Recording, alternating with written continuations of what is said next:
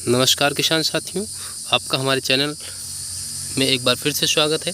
किसान साथियों, ये आप देख पा रहे हैं कि यहाँ पर खीरा की खेती की गई है और इसमें मल्चिंग डाली गई है। पहले बेड पर बनाया गया है और उसके बाद फिर मल्चिंग डाली गई है। किसान साथियों, बेड बनाने और मल्चिंग के क्या फ़ायदे होते हैं हम आपको बताएंगे। किसान साथियों, सबसे पहले हम जान लेते हैं कि बेड क्यों बनाए जाते हैं। किसान साथियों, बेड हमें अगर बारिश के मौसम में खीरा की खेती करनी है तो सबसे पहले हमें बारिश में होने वाली वैरायटी का चुनाव करना होता है और उसके बाद फिर हमें खेत का चुनाव करना होता है। किसान साथियों, खेत का चुनाव हम कैसे करते हैं? सबसे पहले हम आपको बता दें, खेत का चुनाव हमें इस प्रकार करना है कि जहाँ पर भी बारिश का पानी बिल्कुल भी ना रुके, और अगर वहाँ पर बारिश का पानी रुक जाता है तो आपके पौधे ख़राब हो जाते हैं। बारिश से पौधों को बचाने के लिए हमारे पास सबसे यही एक अच्छा तरीका होता है कि हम जब भी किसी खीरा की खेती करें तो हम सीधा बेड पर, फ्लैट खेत में ना करके हम बेड पर खीरा की खेती करें।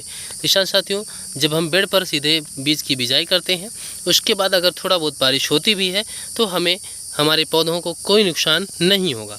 किसान साथियों, अब हम आपको बताते हैं कि मल्चिंग डालने के क्या फ़ायदे होते हैं।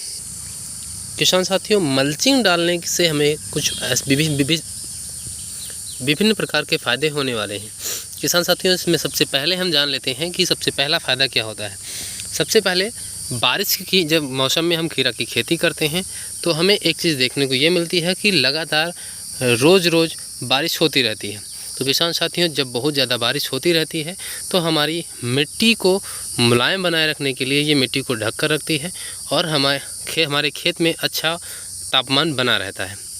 किसान साथियों, दूसरा फ़ायदा इसका हम आपको बताते हैं कि जहाँ पर जैसे आप देख पा रहे हैं ये पौधा लगा हुआ है, इतनी मल्चिंग को काटकर यहाँ पर पौधे को लगा दिया गया है। अब इस पौधे के आसपास की जगह को छोड़कर बाकी पूरे बेड पर हम देख पा रहे हैं, बाकी पूरे बेड पर ये तना हुआ है, पूरी तरह से इसको ढक कर रखा है। अब यहाँ पर अगर घास उगेगी भी, इस हिस्से में अगर घास उगती है तो ये मल्चिंग के नीचे ही रहकर दब जाएगी और इसमें घास ऊपर निकल कर नहीं आएगी। अब हम आपको दिखा देते हैं, जैसे यहाँ पर एक एग्जांपल के तौर पर आपको दिखाते हैं। जैसे यहाँ पर ये हिस्सा कटा हुआ है तो इसमें आप देख पा रहे हैं ये घास निकली हुई है। अब इस घास को हमें निकालना पड़ेगा, लेकिन अगर यही इस बेड के इस मल्चिंग के अंदर हम देखते हैं तो कई सारी घासें निकलती हैं, लेकिन इसी के अंदर दबकर वो रह जाती हैं, कोई भी बाहर घास नहीं आती है। किसान साथियों, ये हो गया हमारा दूसरा फ़ायदा। अब हम अगर तीसरे फ़ायदे की बात करें, तीसरा फ़ायदा ये होता है कि जब भी हम मल्चिंग डालकर खीरा की खेती करते हैं तो पहली बात तो मैंने आपको दूसरा फ़ायदा बताया कि घास नहीं उगती है। किसान साथियों, घास ना उगने के साथ साथ इसमें विभिन्न प्रकार के रोग भी आने से रुक जाते हैं। जैसे हम आपको बताते हैं, यहाँ पर आप देख सकते हैं कि आज लगभग 7वां दिन है इस खीरा की खेती का, यानी कि ये जो पौधा है ये लगभग 7 दिन का पूरा हो चुका है, ये 6 दिन का पूरा हो चुका है। अब इसमें ये बाँस, इस बेड के ऊपर बाँस को लगा दिया गया है। अब इस बाँस को लगाने के क्या कारण है तो हम बताते हैं आपको कि ये बाँस जो लगाया गया है ये मचान भी अपनाई गई है। यहाँ पर इसमें एक क्षैतिज रूप में एक डोरी बांधी जाएगी, उसके बाद इन पौधों को सपोर्ट दिया जाएगा। अब यहाँ पर ये पौधे को सपोर्ट दिया जाएगा, उससे फ़ायदा ये होगा कि जो पौधे होंगे वो ज़मीन के डायरेक्ट संपर्क में नहीं आएंगे, जो फ्रूटिंग होगी वो डायरेक्ट संपर्क में नहीं आएगी, यानी जो फल और फूल जो होंगे हमारे मिट्टी के संपर्क में और घास के संपर्क में बिल्कुल नहीं आएंगे। जिससे ये होगा कि हमारी जो फसल होगी बहुत ही अच्छी क्वालिटी की, यानी हमारा जो उत्पादन होगा खीरा का वो बहुत ही अच्छा उत्पादन देखा जाएगा, बहुत ही अच्छा उत्पादन निकलेगा।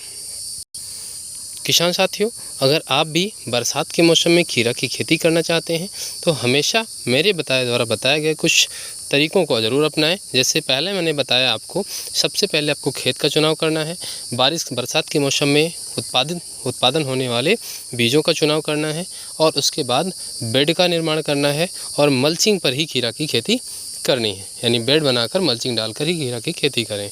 और उसके बाद कभी भी खीरे को मल्चिंग के ऊपर डायरेक्टली फैलाना नहीं है। इसके अलावा आपको क्या करना है, ये छोटे छोटे करीब 6 फीट का एक बांस लगा देना है और पूरी ड्रेन पर, यानी पूरी जो हमारी मेड़ बनेगी, जो ये ड्रेन बन रही है, इसके ऊपर हमें पूरा बांस को लगा देना और डोरी बांधकर इसके ऊपर मचान तैयार कर देना है। मचान तैयार करके ही खीरा की खेती को, यानी जो हमारा खीरा होगा उसको पूरा का पूरा डोरी की सहायता से हमें इस मचान के ऊपर चढ़ा देना है, जिससे हमारी फसल जो होगी बहुत ही साफ़ सुथरी आएगी और हमें अच्छा उत्पादन मिलेगा और बहुत ही अच्छा मुनाफा देखने को मिलेगा। चलिए किसान साथियों, मिलते हैं एक और नई वीडियो में एक और नई जानकारी के साथ।